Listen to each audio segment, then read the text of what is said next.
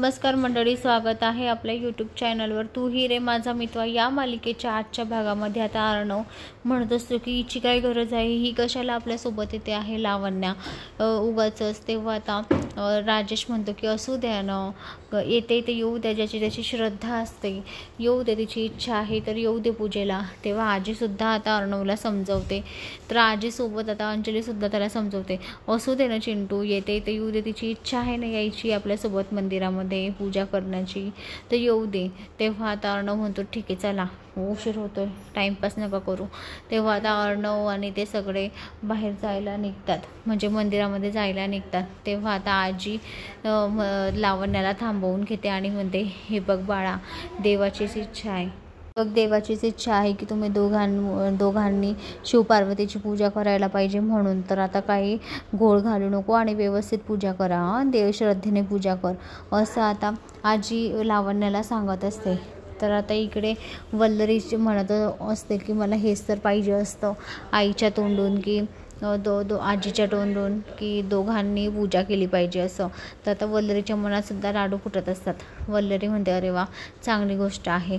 अर्णव बरोबर आता लावण्याचं सुद्धा पूजा होईल आणि दोघंही एकमेकांसोबत राहतील, एकमेकांजवळ येतील, असं आता वल्लरीच्या मनात लाडू फुटत असतात. तर आता दुसरीकडे सगळे आता मंदिरामध्ये पोचलेले असतात. तर मंदिरामध्ये पोचलेले असताना आता पायऱ्यांवर आता अंजली म्हणते थांबा जरा.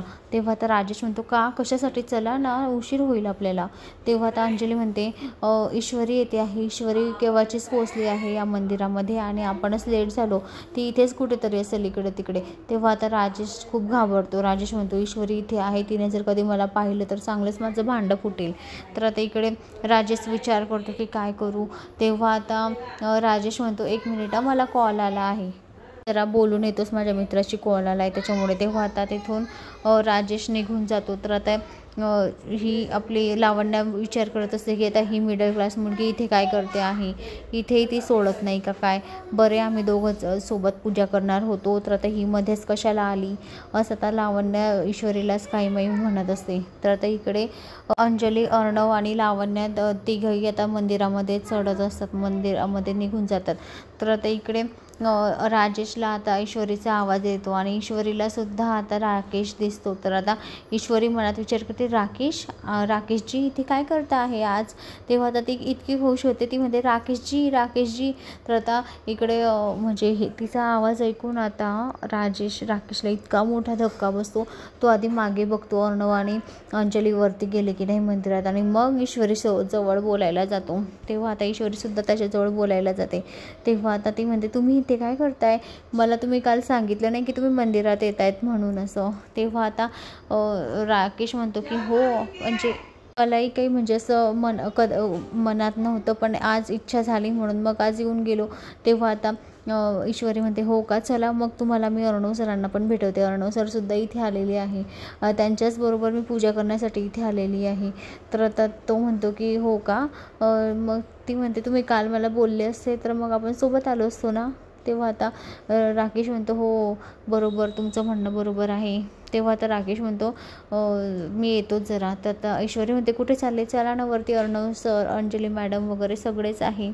तेव्हा आता राकेशला आता ईश्वरीकडून बाहेर सटकायचं असतं. जर कधी या दोघांना पाहून आता ईश्वरी म्हणजे अंजलीने आणि अर्णवने जर कधी पाहिलं तर याचा बॉम्ब फुटेल, म्हणून मग आता राकेश म्हणतो की मी ना माझ्या मित्राला जरा भेटून आलो, तो इथेच बाहेर आलेला आहे, त्याला भेटून आलोच मी जरा. तेव्हा आता ईश्वरी म्हणते हो नक्की या, मी वरती वाट बघते तुमची मंदिरामध्ये आणि भेटवते सगळ्यांना. तेव्हा आता राकेश तसं म्हणून आता तिथून निघून जातो.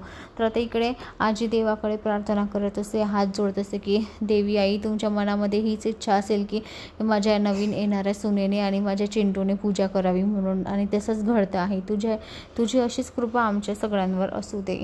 जी माझ्या मुलीच्या मनात जी इच्छा आहे ती पण पूर्ण होते आणि तुझी सुद्धा इच्छा आहे ती सुद्धा पूर्ण होते, आणि मला जशी सून पाहिजे तशी ती सूनसुद्धा मला मिळते आहे, आणि त्या दोघांच्या हातून आता पूजा घडते आहे. असंच होऊ दे सगळं, त्याच्यामध्ये आता कोणतेच विघ्न नको आणू दे, अशी आता ती देवीकडे प्रार्थना करत असते. तर दुसरीकडे आता ईश्वरी धान्य घ्यायला, ज्वारी घ्यायला आलेली असते, कारण त्या मंदिरामध्ये असं धान्य घेऊन जायचं असतं. तर आता ती लावण्याला शोधत असते, पण लावण्य मात्र त्या ठिकाणी काही नसते. तर मग आता लावण्य असूनसुद्धा ती त्या माणसांना खूप हडतूळ अशी उत्तरं देत असते आणि त्यांच्याशी काही चांगली बोलत नसते. म्हणून मग आता ईश्वरीच त्या ठिकाणी जाते आणि मग ती ते एक कापड घेते व्हाईट कलरचं. त्या व्हाईट कलरच्या कापडामध्ये ज्वारी वगैरे मागते आणि ते टाकतात, ती भरते. मग ती याला पक्की गाठ मारते. तेव्हा आता ती माणसंसुद्धा तिची खूप वाहवा करत असतात की खरंच किती चांगली मुलगी आहे, म्हणजे सगळ्यांना सांभाळून घेणारी आहे, सगळ्यांना मानपान देणारी आहे, कोणाला हळतूळ करणारी नाही आहे. ते लोक आता विचार करत असतात आणि तिला ते धान्य देऊन आता ईश्वरी तिथून म्हणते चला मग येते मी, थँक्यू तुम्ही दिल्याबद्दल, असं म्हणून ती आता तिथून निघते. तर आता इकडे ती धान्याची पोतळी आता लावण्याच्या हातात देते. तर लावण्य ती घेते आणि म्हणते थँक्यू बरं का ईश्वरी, तू नसते ना तर मग म्हणजे घेताच नसतं आलं. तेव्हा आता ती लावण्य ती पोतळी घेते आणि तिचा पाय सटकतो. तर ती पोतळी आता वरती उडून आता म्हणजे ईश्वरी घेते ते हातामध्ये, ईश्वरी झेलते पण खाली पडू देत नाही. तर आता इकडे ते ब्राह्मणांनी पाहिलेलं असतं की ईश्वरांनी ती ज्वारीची धान्याची पोतळी ती हातामध्ये अशी घेतली, म्हणजे तिने ती वाचवली. तर आता लगेच लावण्य म्हणत असते आण दे मला आता, थँक्यू बरं का ईश्वरी, तू आहे म्हणून ते झेललं गेलं, नाही तर मग खाली पडली असते, तर उगाचच वाद झाले असते. तर आता इकडे ते ब्राह्मण म्हणतात नाही पोरी थांब, तिला देऊ नको, कारण आता हा मान तुझाच आहे, तू ती बुचळी झेलली ना तर तुझाच मान आहे, तुलाच पूजाला बसावं लागेल. आता हे ऐकून लावण्याच्या पायाखालची जमीन सरकते. लावण्य म्हणते काय, ही माझी आहे, मी पूजेला बसणार होती, मी करणार होती. पण ते ब्राह्मण म्हणतात नाही, कदाचित देवी आईकडनं संकेत असेल की तूच पूजेला बसायचं म्हणून, असं आता ते ईश्वरीला सांगत असतात. तर आता ईश्वरीलाही हे ऐकून खूप मोठा धक्का बसतो की आता लावण्य मॅडम काय म्हणतील, बाकीचे सगळे काय म्हणतील, असं तिला थोडी भीती वाटत असते. अर्णव सर काय म्हणतील. तर आता इकडे त्या ब्राह्मणाने सांगितल्यावर आता ह्या दोघीजणी आता जायला निघतात. ह्या दोघीजणी आता मंदिरामध्ये जायला निघतात. तर आता दोघीजणी मंदिरामध्ये जायला निघत असताना समोर आता ईश्वरीला आता म्हणजे राकेश, अंजली समोर दिसतात. तेव्हा आता ईश्वरी विचार करत असते की राकेशजी यांच्यासोबत काय करता आहे. तर आता तिला खूप मोठा धक्का बसतो. तर आता इकडे लावण्य म्हणते चल ना, काय बघते आहे, अंजली ताई आहे ना वरती, चल ना. तेव्हा ईश्वरी म्हणते हो. तर आता राकेशला खाली ईश्वरी दिसतंच. आता राकेशच्या पायाखालची जमीन सरकते की आता ईश्वरी समोर आता आपला बॉम्ब तर नाही फुटणार ना, कारण तो त्या धाकातच असतो. कारण इकडे अंजली, तिकडे ईश्वरी, इकडे राजेश, तिकडे राकेश, असं त्याचं चालू असतं. त्याने दोन्हींनाही फसवलेलं असतं.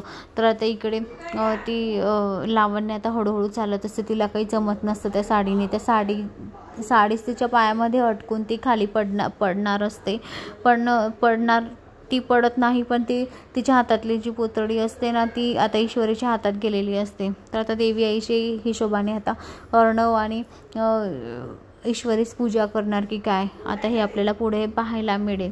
तर मंडळी आता इकडे ईश्वरी विचार करत असते की अंजली मॅडमसोबत राकेशजी काय करता आहे. तर आता तिथून राकेश असं इकडे तिकडे पाहतो आणि हालून तिथे निघून जातो. तर आता अर्णव राकेशकडे बघत असतो की जिजू असे काय करता आहे, एवढे घाबरलेल्यासारखे, काय त्यांनी असं पुढे भूत पाहिलं असे हे पाहून काय एवढे घाबरलेले आहे, असे आता अर्णवच्या मनामध्ये विचार येत असतात. तर आता अर्णवला थोडा राजेशवर डाऊट आलेलाच असतो की काहीतरी आहे म्हणून हा एवढा घाबरतो आणि तिकडे चालला आहे. तर मंडळी आता अर्णव समोर येईल का राजेशचं सत्य, आणि ईश्वरी समोर सुद्धा येईल का अंजलीचा आणि राजेशचं सत्य, हे आपल्याला येणाऱ्या पुढील भागात पाहायला मिळेल. तर मंडळी अशाच मालिकेच्या नवनवीन अपडेटसाठी चॅनलला लाईक आणि सबस्क्राईब करा, शेअर करायला विसरू नका. धन्यवाद.